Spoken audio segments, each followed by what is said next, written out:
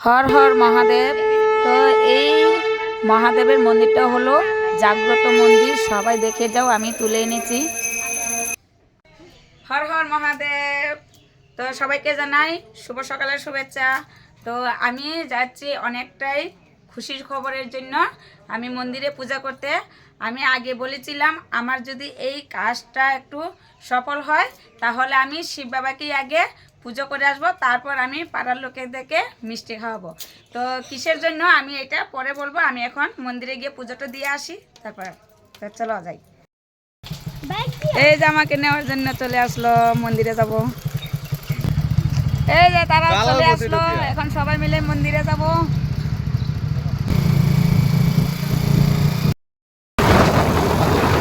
তো আমরা যাচ্ছি মন্দিরে।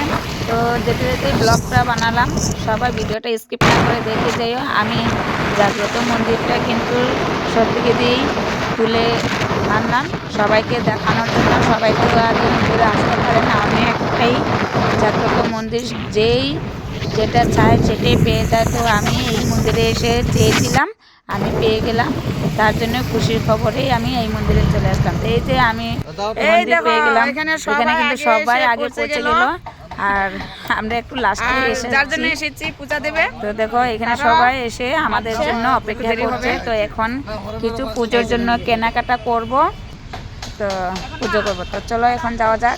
চলো পূজার জিনিস কিনে আনতে।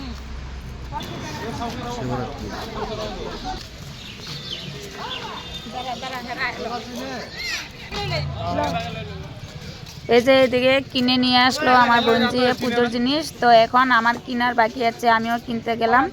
তো তারা কিনে নিয়ে আসলো, আমি জানি না, কিন্তু এখন আমি আবার কেনাকাটা করলাম পুজোর জন্য কিছু। তারপরে আর কি মিষ্টি কিছু লাগবে, পাঁচ সুপারি এগুলো, পাঁচ সুপারি দেবে। চাকি কিমান কে? তিনটা দিবি। তুমি কি আপেল কমলা? আমাকে বেশি কিমান হইছে? তিনটা লাগে না? ও কমলা কি আছে? দেখো খাটি দেব।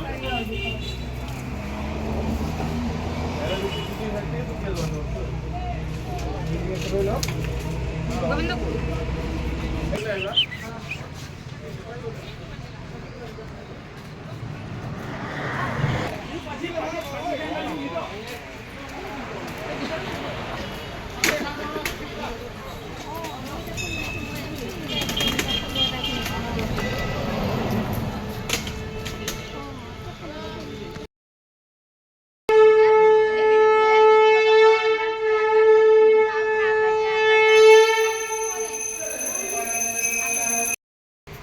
এই যে আমরা পূজার জিনিস কিনে নিলাম, এখন এই যে মন্দিরে চলে যাব পূজা করতে।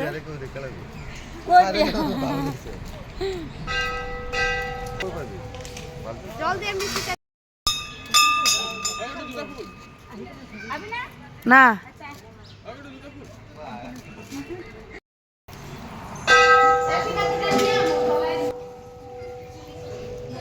তো মন্দিরের ভিতরে প্রদীপ জ্বালাতে মানা আছে, সেখানে শুধু অঞ্জলি নেব, আর বাইরে থেকেই আমরা প্রদীপ জ্বালিয়ে ধুনা দিয়ে তারপর আমরা মন্দিরের ভিতরে চলে যাব অঞ্জলি নিতে।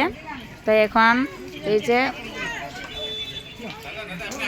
তো নন্দী মহারাজের কাছে প্রদীপ জ্বালিয়ে দিচ্ছি, সেখানে একটু পুজো দিয়ে তারপর আমরা মন্দিরের ভিতরে চলে যাব। তো তোমরা শুধু অপেক্ষায় থাকো, মন্দিরের ভিতরটাও দেখতে পারবে, আমরা পুজো করব।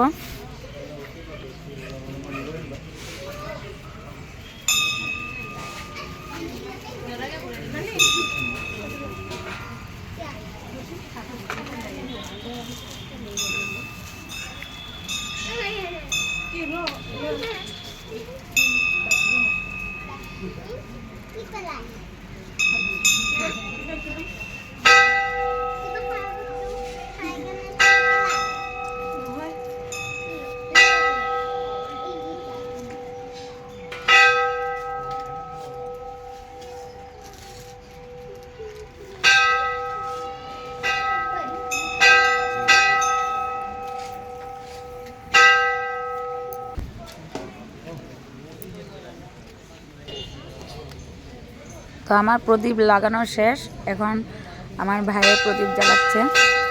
এইদিকে বোনপুর বোনজি তারা প্রদীপ জ্বালাচ্ছে, আমি হয়ে গেলাম ক্যামেরাম্যান। তো দেখো এখানে পুজো কমপ্লিট হয়ে গেছে, তো এখন আবার চলে যাব।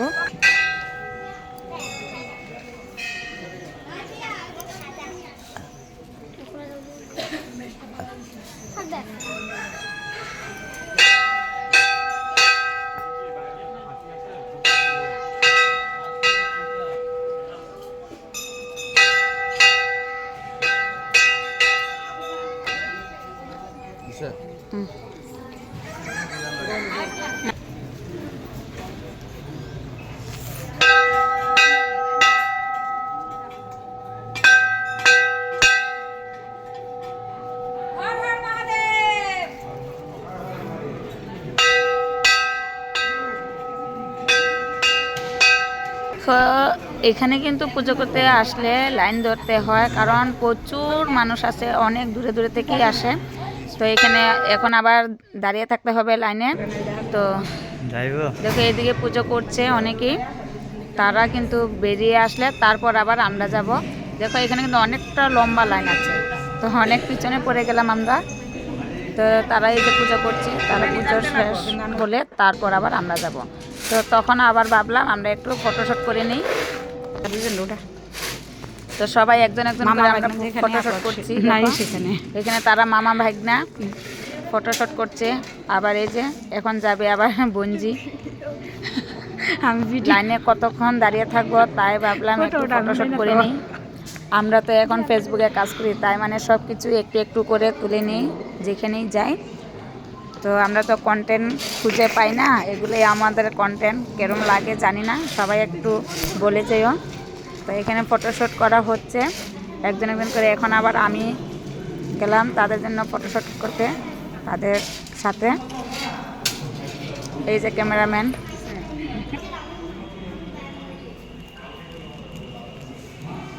এই যে ক্যামেরাম্যান।